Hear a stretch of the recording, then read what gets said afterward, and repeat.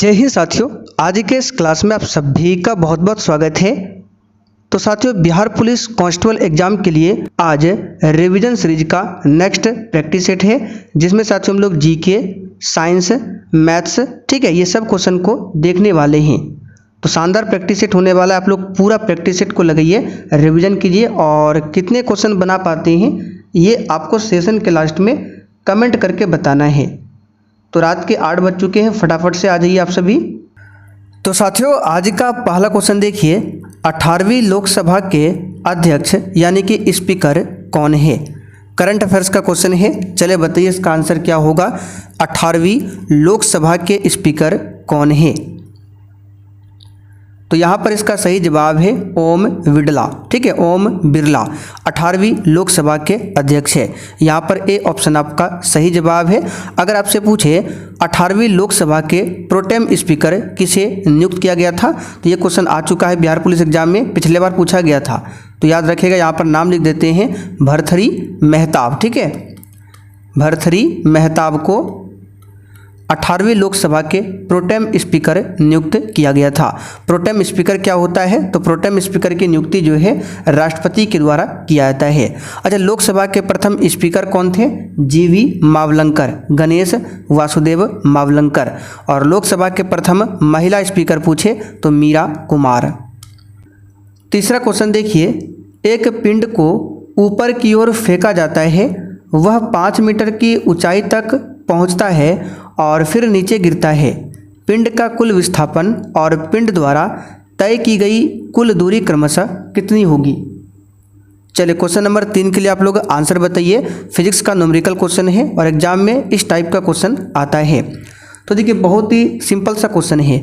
एक पिंड को ऊपर की ओर फेंका जाता है 5 मीटर, तो ऊपर गया 5 मीटर तक, उसके बाद फिर वह नीचे गिरता है। तो यहाँ से अगर ऊपर 5 मीटर तक गया, फिर नीचे आएगा तो यहाँ पर आएगा, तो कितना होगा? 5 और 5 10, यानी कि कुल दूरी कितना होगा? 10 मीटर। और देख सकते हैं एक ही ऑप्शन में 10 मीटर दिया हुआ है, ठीक है। यहाँ पर भी 10 है, लेकिन पहले पूछा गया विस्थापन, उसके बाद पूछा गया पिंड द्वारा तय की गई कुल दूरी। तो कुल दूरी तो 10 मीटर होगा और विस्थापन 0 क्यों होगा आपको बताते हैं। देखिए, विस्थापन कहाँ पर होता है? तो देखिए, जहाँ पर यदि वस्तु का प्रारंभिक और अंतिम बिंदु समान होगा तो विस्थापन 0 होगा। तो देखिए, पिंड को यहाँ से फेंका गया तो ऊपर गया, फिर यहीं पे आ गया। विस्थापन कैसे बनता है? मान लीजिए एक यहाँ पे बिंदु है, दूसरा बिंदु यहाँ पर है। अब हमको यहाँ से यहाँ तक जाना है, तो इस तरह से गए, फिर ऊपर आ गए। तो विस्थापन निकालने के लिए प्रारंभिक बिंदु को अंतिम बिंदु से मिलाते हैं। लेकिन इसमें देखिए, यहाँ से वस्तु को फेंका गया, फिर यहीं पर आ गया, यानी प्रारंभिक और अंतिम बिंदु दोनों यहीं पर है, तो विस्थापन क्या होगा? 0 होगा। तो इस प्रकार से डी वाला ऑप्शन सही है। पत्तीदार सब्जियों में सबसे अधिक पाया जाने वाला तत्व कौन सा है? आपके एग्जाम में बिल्कुल भी समय नहीं बचा हुआ है, इसलिए आप लोग रेगुलर क्लास को कीजिए। बताइए, पत्तीदार सब्जियों में सबसे अधिक पाया जाने वाला तत्व कौन सा है? तो यह है प्राकृतिक तत्व। सी ऑप्शन यहाँ पर आपका सही जवाब है, प्राकृतिक तत्व। चलिए, इंग्लिश का क्वेश्चन देखिए। Choose the correctly spelled word from the given option. यहाँ पर आपको बताना है जो ऑप्शन में दिया हुआ है, चारों ऑप्शन में कौन सा ऑप्शन में करेक्ट वर्ड लिखा हुआ है। तो यहाँ पर इसका सही जवाब है बी ऑप्शन, फिनोमेनन। इस तरह से लिखा जाता है, PHENOMENON। इसको याद कर लीजिए, इसी प्रकार से ये वर्ड होता है। अगला क्वेश्चन देखिए, निम्नलिखित में से किस देश का राष्ट्रीय खेल क्रिकेट है? चलिए बताइए, क्वेश्चन 6 के लिए आंसर क्या होगा। निम्नलिखित में से किस देश का राष्ट्रीय खेल क्रिकेट है? तो यहाँ पर इस क्वेश्चन का आंसर क्या हो जाएगा? ऑप्शन सी, ऑस्ट्रेलिया देश का राष्ट्रीय खेल क्या है? क्रिकेट। भारत का राष्ट्रीय खेल क्या है? हॉकी। क्या है? हॉकी। अमेरिका का राष्ट्रीय खेल पूछे बेसबॉल। क्या है? बेसबॉल। ब्राज़ील और फ्रांस का राष्ट्रीय खेल पूछे तो फुटबॉल है। क्या है? फुटबॉल। जापान का राष्ट्रीय खेल जूडो, ठीक है, जूडो जो है जापान का राष्ट्रीय खेल है। बांग्लादेश का कबड्डी है, नेपाल का वॉलीबॉल है। चलिए आगे देखते हैं। निम्न में से किसे कश्मीर का नीरो कहा जाता है? यहाँ पर देखिए, हीरो नहीं लिखा हुआ है, नीरो लिखा है। कश्मीर का नीरो किसे कहा जाता है? तो साथियों कश्मीर का नीरो जो है ये कहा जाता है हर्ष को। यहाँ पर ए ऑप्शन आपका सही जवाब है, हर्ष को।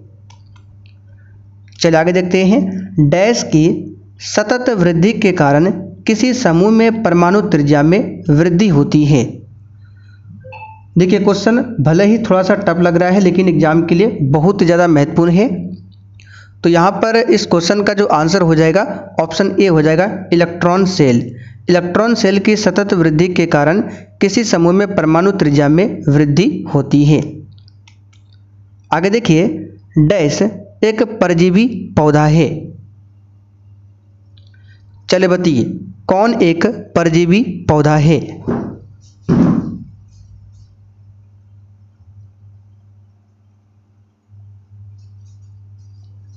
तो यहाँ पर इस क्वेश्चन का आंसर क्या हो जाएगा, परजीवी पौधा यहाँ पर हो जाएगा कस्कुटा। ठीक है, यहाँ पर देखिए ए ऑप्शन में दिया हुआ है, कस्कुटा क्या है, एक परजीवी पौधा है। अगला क्वेश्चन, दयानंद का संधि विच्छेद क्या है। बताइए दयानंद का संधि विच्छेद क्या है। तो दयानंद का संधि विच्छेद यहाँ पर हो जाएगा दया प्लस आनंद। बी ऑप्शन आपका सही जवाब है। और दयानंद जो है स्वर संधि का उदाहरण है। कौन संधि होगा, स्वर संधि। आगे देखिए, नाबार्ड ने एकीकृत जनजातीय विकास कार्यक्रम कहाँ प्रारंभ किया है। एक भी क्वेश्चन को छोड़ना नहीं है। और जो भी साथी चैनल पर पहली बार आए हैं आप लोग चैनल को जरूर सब्सक्राइब कर लीजिए ताकि बिहार पुलिस से संबंधित आपसे एक भी क्लास छूटे ना।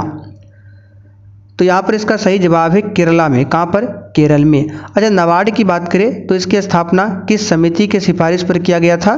तो शिवरामन समिति के सिफारिश पर नाबार्ड की स्थापना किया गया था। कब, तो 12 जुलाई 1982 को। ठीक है, 12 जुलाई 1982 को नाबार्ड की स्थापना किया गया था।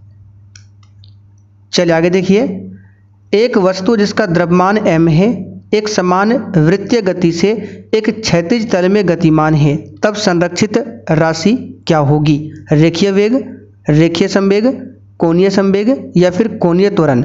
बताइए इसमें संरक्षित क्या होगा।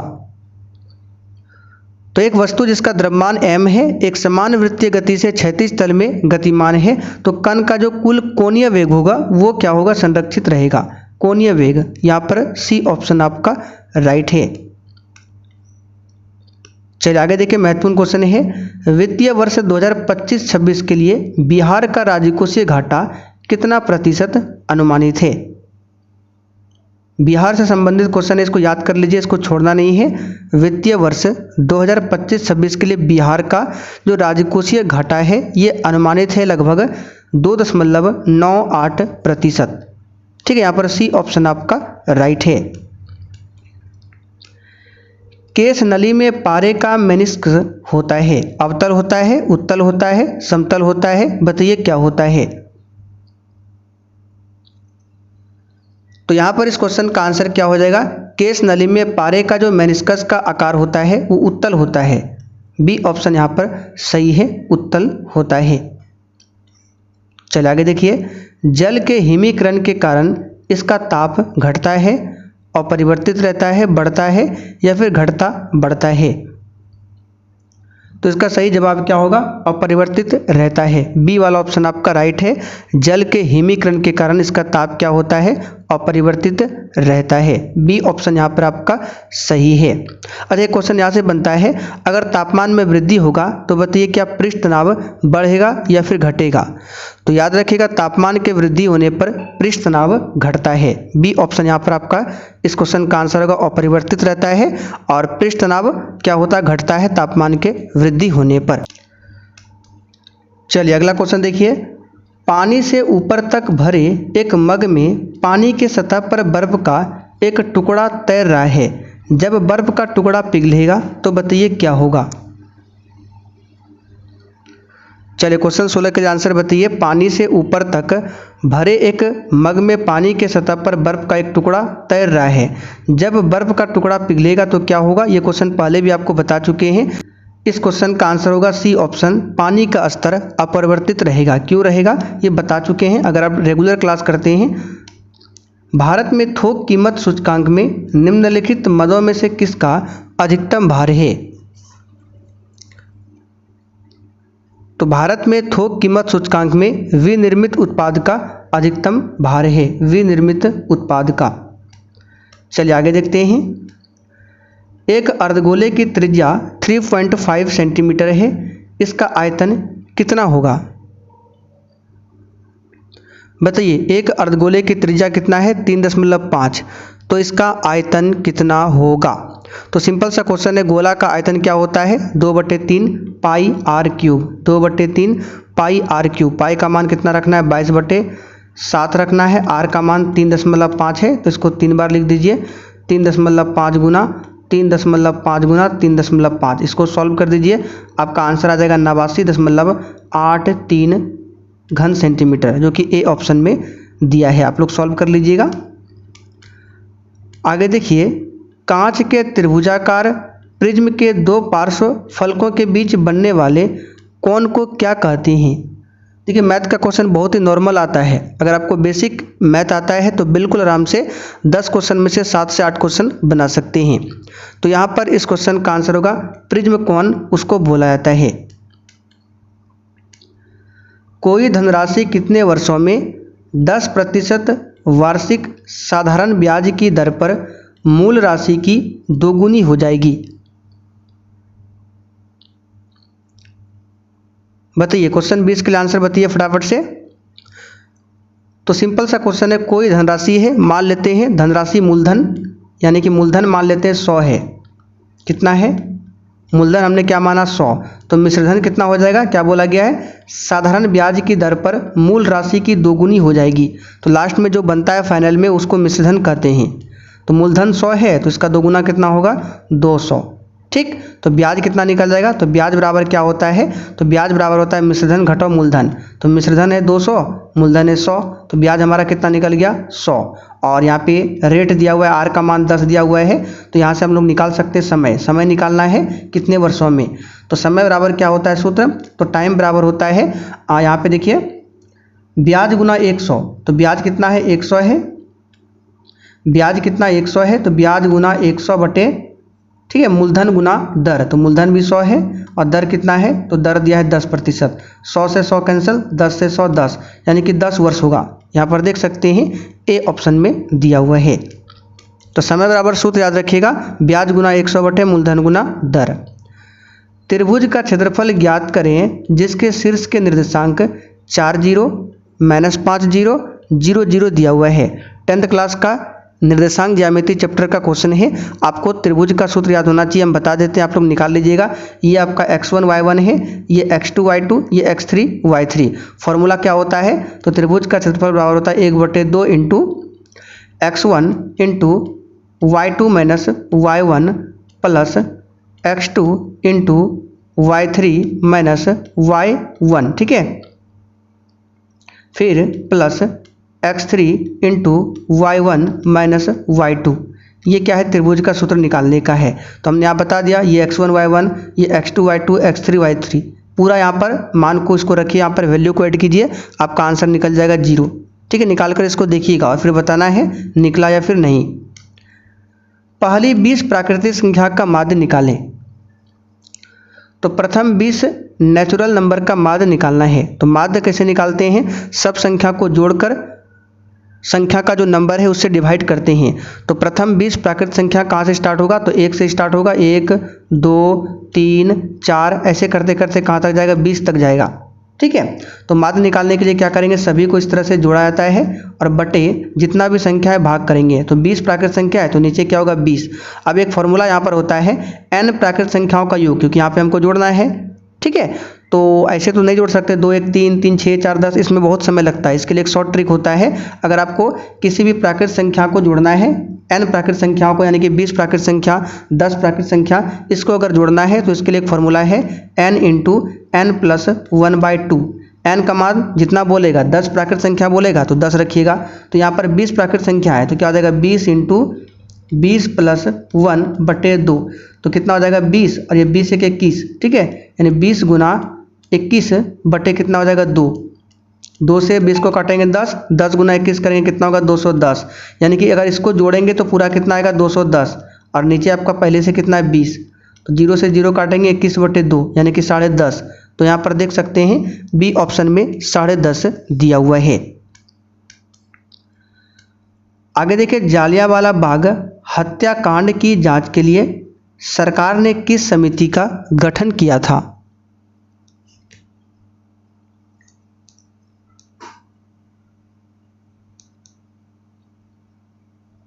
तो सिंपल सा क्वेश्चन है, हंटर कमेटी का गठन किया था। ए ऑप्शन यहाँ पर आपका सही जवाब है। इस समिति ने कितना रिपोर्ट दिया था? तो इसमें सरकारी रिपोर्ट के अनुसार 379 व्यक्तियों की हत्या हुई थी। लेकिन एक और समिति है मालवीय समिति, ठीक है, एक समिति है मालवीय समिति, उसने लगभग 1000, ठीक है, 1000 व्यक्तियों की मृत्यु होने की संभावना व्यक्त किया था मालवीय समिति ने। अच्छा, जालियांवाला बाग हत्याकांड के विरोध में किसने कौन सा उपाधि त्याग किया था पूछा जाता है? तो रविन्द्रनाथ टैगोर ने नाइटहुड की उपाधि लौटा दिया था। महात्मा गांधी ने केसर-ए-हिंद की उपाधि को लौटाया था, ये ध्यान रखिएगा। आगे देखिए, अखिल भारतीय किसान सभा का गठन किस वर्ष में हुआ था? ये क्वेश्चन एग्जाम में आ चुका है और पहले भी इसको बता चुके हैं। इसका गठन हुआ था 1936 में। यहाँ से और भी क्वेश्चन बनता है कि अखिल भारतीय किसान सभा का जो प्रथम अधिवेशन हुआ था वो कहाँ पर हुआ था? तो लखनऊ में। लखनऊ में प्रथम अधिवेशन होता है और इस अधिवेशन की अध्यक्षता किसने किया था? तो स्वामी सहजानंद सरस्वती ने। स्वामी सहजानंद सरस्वती कौन थे? तो भारत के सबसे बड़ा किसान नेता। अच्छा, अखिल भारतीय किसान सभा का प्रथम महासचिव कौन बना था? तो एम.जी. रंगा। प्रथम महासचिव पूछे एम.जी. रंगा, प्रथम अध्यक्ष पूछे तो स्वामी सहजानंद सरस्वती। वाजपेयी का पतन किस दिन हुआ था? बताइए, वाजपेयी का जो पतन है वो किस दिन हुआ था? आंसर है 14 जुलाई 1789। सी ऑप्शन यहाँ पर आपका सही है। 14 जुलाई का डेट याद होगा, फ्रांस में राष्ट्रीय दिवस मनाया जाता है 14 जुलाई के दिन ही। फ्रांस की क्रांति कब होती है? 1789 में। उस समय वहाँ का राजा कौन था? तो लुई 16वां। कौन था? लुई 16वां। भारत के किस शासक ने फ्रांस की क्रांति से प्रेरणा लेकर अंग्रेज सत्ता के विरुद्ध अभियान प्रारंभ कर दिया? इसका सही जवाब है टीपू सुल्तान। ठीक है, टीपू सुल्तान की मृत्यु पूछा जाता है जो कि 1799 में हुआ था चौथे आंग्ल मैसूर युद्ध में। टीपू सुल्तान जो है मॉरिशस के फ्रांसीसी गवर्नर और नेपोलियन से संबंध स्थापित करने का प्रयास टीपू सुल्तान ने किया था। अंग्रेज के सबसे कट्टर दुश्मन भारत में पूछे तो टीपू सुल्तान ही साबित हुआ था। चलिए आगे देखिए, घाटे की वित्त व्यवस्था का अर्थव्यवस्था पर क्या प्रभाव पड़ता है? तो ये मुद्रास्फीति, इन्फ्लेशन, ठीक है, इसको इन्फ्लेशन बोला जाता है। डी ऑप्शन सही है। 1857 के विद्रोह को किस उर्दू कवि ने देखा था?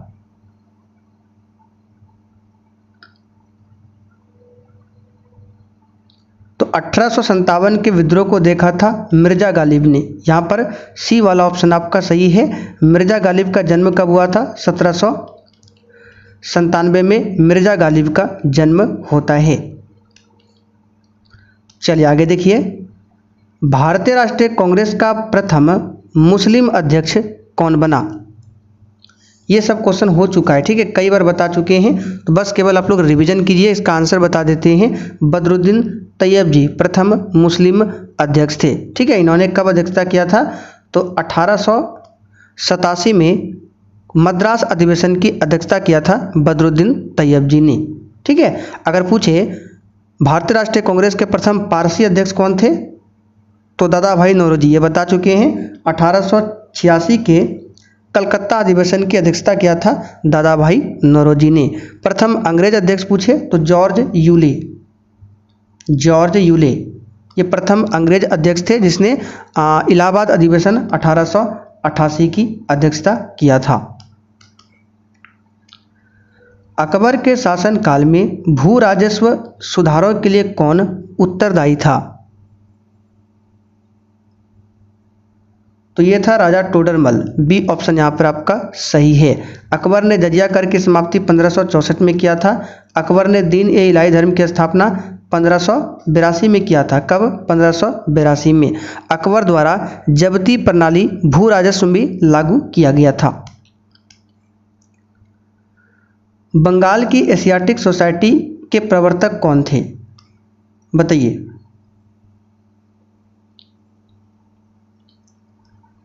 आंसर है सर विलियम जोन्स।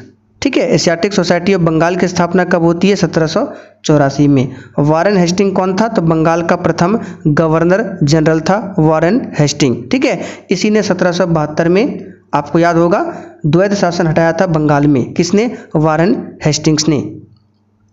चलिए आगे बढ़ते हैं। अगर जेम्स प्रिंसेप की बात करें तो अशोक के शिलालेख को सबसे पहले किसने पढ़ा था? तो जेम्स प्रिंसेप ने ही पढ़ा था। भारत में शिलालेख लिखने की शुरुआत अशोक के द्वारा किया गया था। अच्छा, शिलालेखों का अध्ययन क्या कहलाता है? तो एपिग्राफी। एपिग्राफी ये शिलालेख का अध्ययन कहलाता है। बिहार में नहरों द्वारा सर्वाधिक सिंचाई किस जिले में होती है? तो बिहार में नहरों द्वारा सर्वाधिक सिंचाई रोहतास डिस्ट्रिक्ट में होता है। रोहतास डिस्ट्रिक्ट में। ए ऑप्शन यहाँ पर आपका सही है। बिहार में सिंचाई के मुख्य सोर्स क्या क्या है? तो नलकूप है, नहर है, तालाब है, कुआं है, ये सभी है। अच्छा, तालाब से सबसे अधिक सिंचाई कहाँ पर होता है? तो तालाब से सबसे अधिक सिंचाई तमिलनाडु में होता है। कहाँ पर? तमिलनाडु में। यहाँ से क्वेश्चन और भी बताते हैं, जैसे बिहार में अगर पूछे विद्युत चालित पंप का सबसे पहला प्रयोग कब हुआ था? तो 1945-46 में। ठीक है, 1945-46 में हुआ था सासाराम क्षेत्र में। बिहार का सबसे पुराना नहर कौन सा है? सोन नहर, जिसका निर्माण सोन नदी पर 1873-74 ईस्वी में किया गया था। चलिए आगे बढ़ते हैं। आगे देखिए, रेलवे डिब्बों का निर्माण कहाँ किया जाता है? आंसर है पेराम्बूर। सी ऑप्शन यहाँ पर आपका सही है। अच्छा, भारत में प्रथम विद्युत रेलगाड़ी का परिचालन कब हुआ था?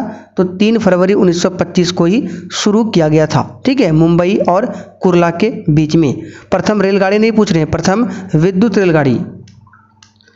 चलिए आगे देखिए। पर्यावरणीय आयोजन के साथ मूलतः संबंधित संगठन क्या है? तो ये है नीरी। डी ऑप्शन यहाँ पर आपका सही जवाब है। ये क्वेश्चन एग्जाम के लिए बहुत ज़्यादा इंपॉर्टेंट है, पूछा जाता है। नीरी का फुल फॉर्म क्या है? तो इसका फुल फॉर्म होता है नेशनल एनवायरमेंटल, ठीक है, इंजीनियरिंग रिसर्च, और आई का मतलब इंस्टीट्यूट। इसकी स्थापना 1958 में किया गया था। कब? 1958 में। अच्छा, विश्व पर्यावरण दिवस कब मनाते हैं? तो 5 जून को। डैश महिलाओं को सार्वजनिक गतिविधियों में भाग लेने की अनुमति नहीं देता था और अल्पसंख्यकों के लिए धर्म की कोई स्वतंत्रता नहीं था। बताइए किस देश में? इसका आंसर है सऊदी अरब में। कहाँ पर? सऊदी अरब में। पेडोलॉजी किसका अध्ययन है? और साथियों, जिसने अभी तक सेशन को लाइक नहीं किया है, आपसे रिक्वेस्ट है आप लोग सेशन को लाइक कीजिए। तो इसका सही जवाब है मृदा के अध्ययन को पेडोलॉजी कहते हैं। क्या बोलते हैं? पेडोलॉजी। अच्छा, एक क्रांति आपसे पूछते हैं, अमृत क्रांति। बताइए तो ये किससे संबंधित है? बीज, उर्वरक, मशीनरी इत्यादि जैसे महत्वपूर्ण इनपुट एक प्रणाली बनाते हैं, जिसे क्या कहा जाता है? तो अमृत क्रांति जो भी बता रहे हैं नदी जोड़ो परियोजना से संबंधित है। बिल्कुल सही है। तो यहाँ पर इस क्वेश्चन का आंसर होगा फार्म प्रणाली। भारत के निम्नलिखित राज्यों में से किसमें सागवान का वन पाया जाता है? इसका आंसर है मध्य प्रदेश में। सागवान वृक्ष इमारती लकड़ी के लिए बहुत ही प्रसिद्ध है। भारत में सबसे अधिक वन पूछे तो भी आंसर क्या होगा? मध्य प्रदेश। भारत में सबसे अधिक बाघों की संख्या पूछे तो भी मध्य प्रदेश। यहाँ पर ए ऑप्शन आपका राइट है। अच्छा, भारत में अगर पूछे कि प्रथम भारत वन स्थिति रिपोर्ट कब जारी किया गया था? तो 1987 में। कब? 1987 में। आगे देखिए, भारत की जनगणना 2011 के अंतिम आंकड़ों के अनुसार निम्नलिखित में से किस राज्य में लिंगानुपात कम है? तो सबसे कम तो हरियाणा का है। ठीक है, यहाँ पर बी ऑप्शन आपका सही जवाब है। हरियाणा का लिंगानुपात कितना है? 879 2011 के अनुसार। अच्छा, भारत में पुरुष साक्षरता दर पूछे कितना है? तो 82.14%। ये भारत में पुरुष साक्षरता दर है। और भारत में महिला साक्षरता दर पूछे 2011 की जनगणना के अनुसार तो 65.46%। ये भारत का बता रहे हैं 2011 की जनगणना के अनुसार। कभी कभी पूछा जाता है 2001 जनगणना के अनुसार भी। तो 2001 जनगणना के अनुसार अगर पूछे भारत में पुरुष साक्षरता दर कितना है तो 75.26%। ये 2001 के अनुसार पुरुष साक्षरता दर है। और 2001 के अनुसार महिला साक्षरता दर पूछे तो 53.67%। 53.67%। ये सब क्वेश्चन आपको लिखा हुआ मिल जाएगा नोट्स में। निम्नलिखित में से कौन सा खनिज चट्टानों के अपघटन से बनता है जिससे अवशिष्ट पदार्थ का अवशिष्ट द्रव्यमान निकलता है?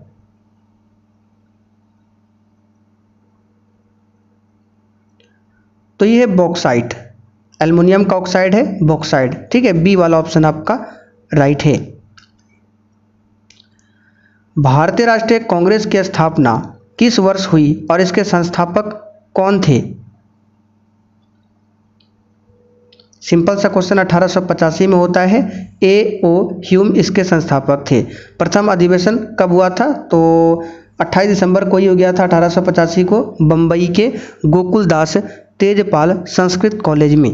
ठीक है, और पहले अधिवेशन में भाग लेने वाले अधिकतर नेता, वकील और पत्रकार ही थे।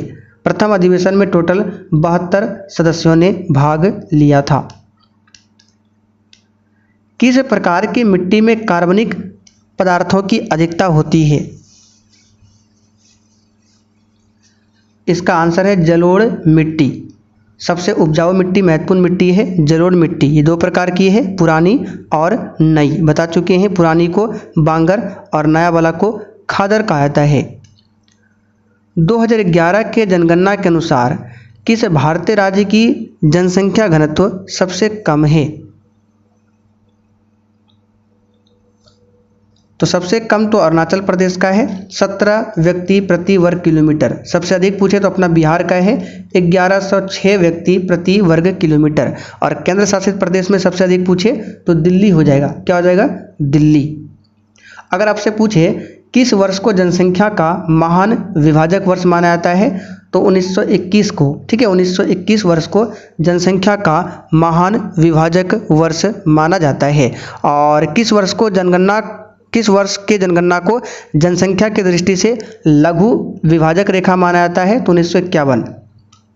ठीक है, तो 1951 के जनगणना को जनसंख्या की दृष्टि से लघु विभाजक और 1921 को महान विभाजक, दोनों ध्यान रखिएगा। निम्नलिखित में से कौन सा विषय समवर्ती सूची का है? तो आपराधिक मामले ये समवर्ती सूची के अंतर्गत में आता है। समवर्ती सूची पर केंद्र और राज्य दोनों कानून बना सकता है। पुलिस किस में आएगा? तो राज्य सूची का विषय है पुलिस। ठीक है, और रेडियो टेलीविज़न की बात करें, इसके साथ में विदेशी मामले, ये सब आपका संघ सूची में आएगा। ब्लॉक स्तर पर पंचायत समिति है, बताइए क्या? प्रशासनिक प्राधिकरण है। बी ऑप्शन यहाँ पर सही है। पंचायत समिति में प्रायः कितने सदस्य होते हैं? तो प्रायः 16 सदस्य होते हैं। आगे देखिए, 2011 में भारत के संविधान में होने वाले 97वें संशोधन अधिनियम का सरोकार किस विषय से है? तो 97 जो संविधान संशोधन है जो कि 2011 में हुआ था, ये सहकारी संस्थाओं का गठन व कार्य संचालन से संबंधित है। यहाँ पर बी ऑप्शन राइट है। अगला क्वेश्चन, निम्नलिखित में से कौन संवैधानिक प्राधिकरण है? नीचे दिए गए कूट से ही उत्तर चुनिए। यहाँ पर देखिए कूट के माध्यम से आपको आंसर करना है। तो राज्य निर्वाचन आयोग इसका उल्लेख संविधान में है, राज्य वित्त आयोग का भी है, जिला पंचायत का भी है, जबकि यहाँ पर राज्य निर्वाचन अधिकारी इसका उल्लेख नहीं है। तो आंसर क्या होगा 1, 2, 3। देखिए किस ऑप्शन में है, तो यहाँ पर देख सकते हैं सी ऑप्शन में दिया हुआ है पहला, दूसरा और तीसरा। निम्नलिखित में से कौन से पादप समूहों में परागण होता है? तो ये आवृत विधि है जिसको एंजियोस्पर्म कहते हैं। इसमें क्या होता है, बीज जो होता है फल के अंदर होता है। सशक्त पंचायत नेत्री अभियान किस मंत्रालय द्वारा शुरू किया गया?